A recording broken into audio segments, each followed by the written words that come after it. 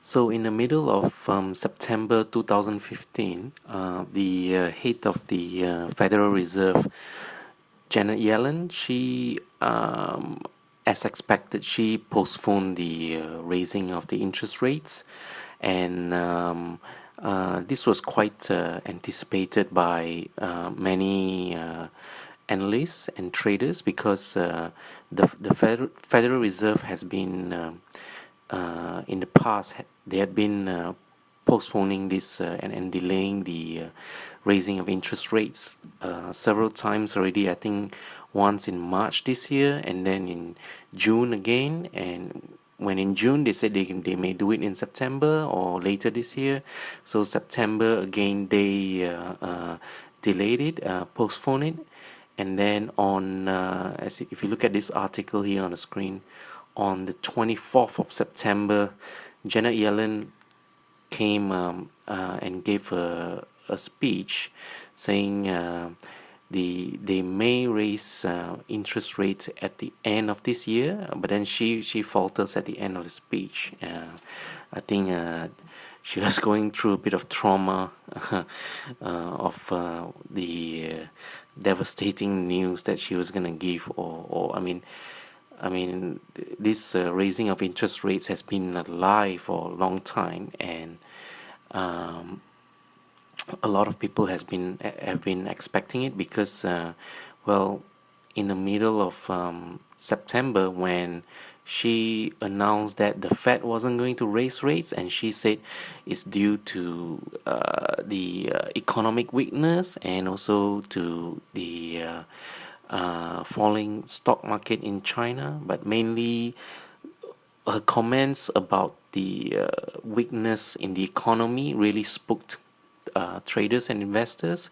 That's why that day the Dow Jones dropped about 290 points after her announcement. I mean, they have been keeping interest rates at 0% for about 7 years now, and so many quantitative easings, quantitative easing 1, 2, and 3 didn't really help the economy. Or currently the stock market is up because interest rate is so low. A lot of companies are getting these very cheap loans and buying back their own stocks, and then this is causing the share price to go up. If you look at the stock market volume in this rally from 2011 till 2015 is been going on, supported by a very low volume.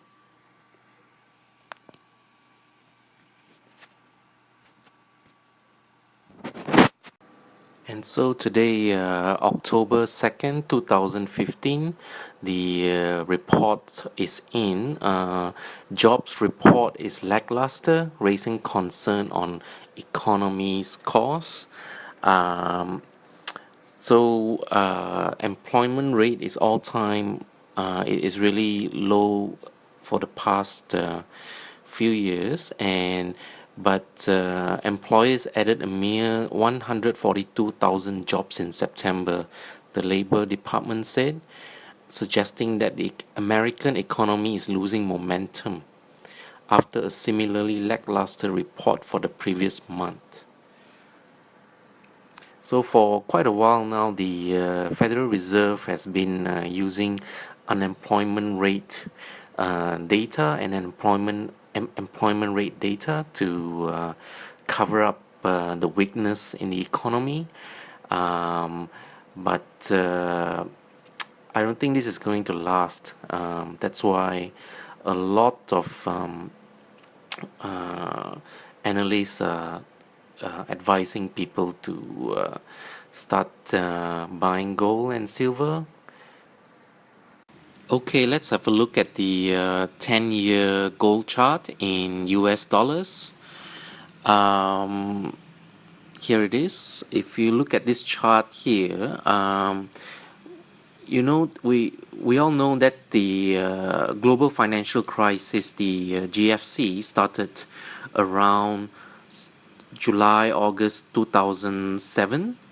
And during that time when it started, there was a bit of panic, and so the price of gold started going up from about 600 plus 690, I think it was, and it went up to about 1000, and that was before September 2008. And so gold went up to 1000, and it remained at the around 900 to 900 plus mark. And then if you look at September 2008, around that area there, you can see gold started to come down to about 770. And there is an explanation for this, because at that time, during that time was when the big investors, the major big funds, they were getting rid of their holdings and their investments. So they were getting rid of their holdings in commodities, in shares, global shares, and even global real estate. And so they sold them, and so they liquidated them, and they got back US dollars. And because commodities at that time, most of the commodities were still in US dollars. And so when they sold these commodities and investment, they converted them back to US dollars. So there was a sudden demand for US dollars, and so US dollar around that time started to rally. And I don't think a lot of people expected that. That was quite of a surprise. And so gold rallied around that time. So you can see the dollar rallied around that time. So you can see gold.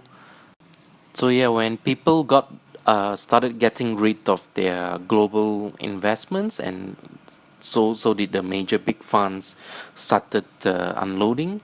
They had to sell back the commodities that they were holding, shares and whatnot, and they converted the whatever they have into US dollars, because a lot of the commodities at that time were still valued in US dollar.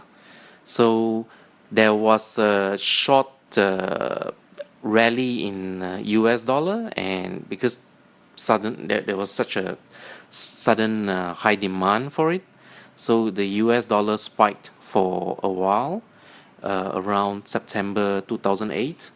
I think not many. I don't think there was any economist or analyst that saw that coming. And so you can see gold in relation to US dollar went down from about 900 plus to 770, around that figure. So but then around November 2008, something interesting happened. You can see gold started to have this strong rally, a very, very strong one. And November 2008 was when QE1 started, quantitative one, when the American government started printing a lot of new money and pumping it into the market. So that was that QE1 happened in November 2008. You can see it started the gold uptrend, and QE2 happened in December 2011. So you can see that was the peak of gold. It brought so QE2 brought gold to its peak around 1,900 US dollars, and gold maintained around that price from about 1,600 to 1,800 until QE3, which was in December 2012. So you can see around September 2012, that was when gold reached 1,800 again. That was when people were expecting QE3 to happen.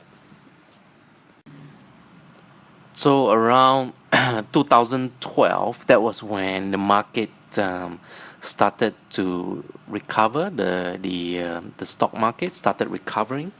So that's when gold started to make this sharp drop from about 1,800 down to 1,200. But this was only in US dollars. If you look at the Australian chart, gold was still quite stable. Gold was stable in the other currencies. And as many of us know, if you're watching YouTube, some of those gold documentaries, a lot of these gold experts, they are saying gold price is manipulated, especially it's being shorted by a lot of big banks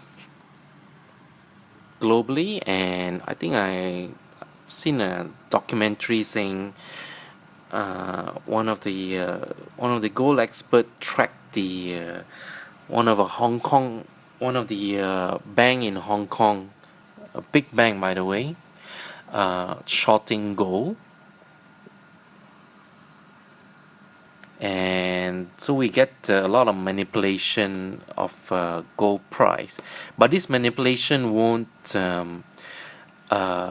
prevail if people start losing confidence in the US dollar.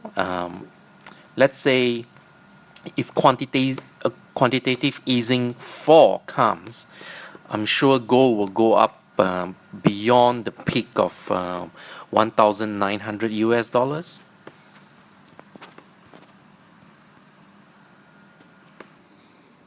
As we can see around 2013 in this graph, 2013, from 2013 onwards, people stop speculating in gold. I mean, a lot of people lost a lot of interest in gold. You can see gold keeps side trending, and it's going lower and lower. But that's because the stock market has been artificially propped up in the last few years. I mean, with zero interest rates in America, and a lot of companies are taking up these cheap loans to buy back their shares and pushing up their share price of their company higher. And this recent rally from 2012 to today has been going on with very, very low volume. If you check some of the charts online, this rally has been supported by very, very low volume. And as we know, low volume rallies seldom last.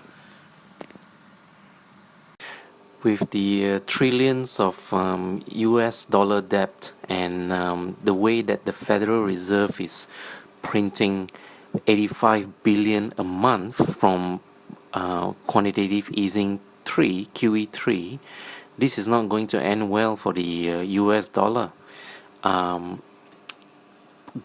price of gold and silver, if not manipulated, gold and silver should be a lot higher than the current level. And as we speak now, there is a news from 3 days ago saying, headline, UBS is about to blow the cover to a massive gold rigging scandal. So there was this Swiss competition watchdog just became the latest to enjoin the ongoing gold manipulation probe. as reported, it launched an investigation into possible collusion in the precious metals market by several major banks. And in this string of probes into gold, silver, platinum, and palladium pricing, so it's been clear to a lot of gold investors that the price of gold, silver, palladium, especially gold and silver, these have been manipulated by some big players out there trying to suppress the price of gold and silver, which is real money. So, if that weren't the case, gold and silver would be a lot higher now because of the insane level of printing of the American dollar, and even worldwide. Every country is printing money at an insane scale. So gold and silver being manipulated by these big banks, which is now under investigation. So the price of gold and silver is really low, and this should really be a great opportunity for investors to get into gold and silver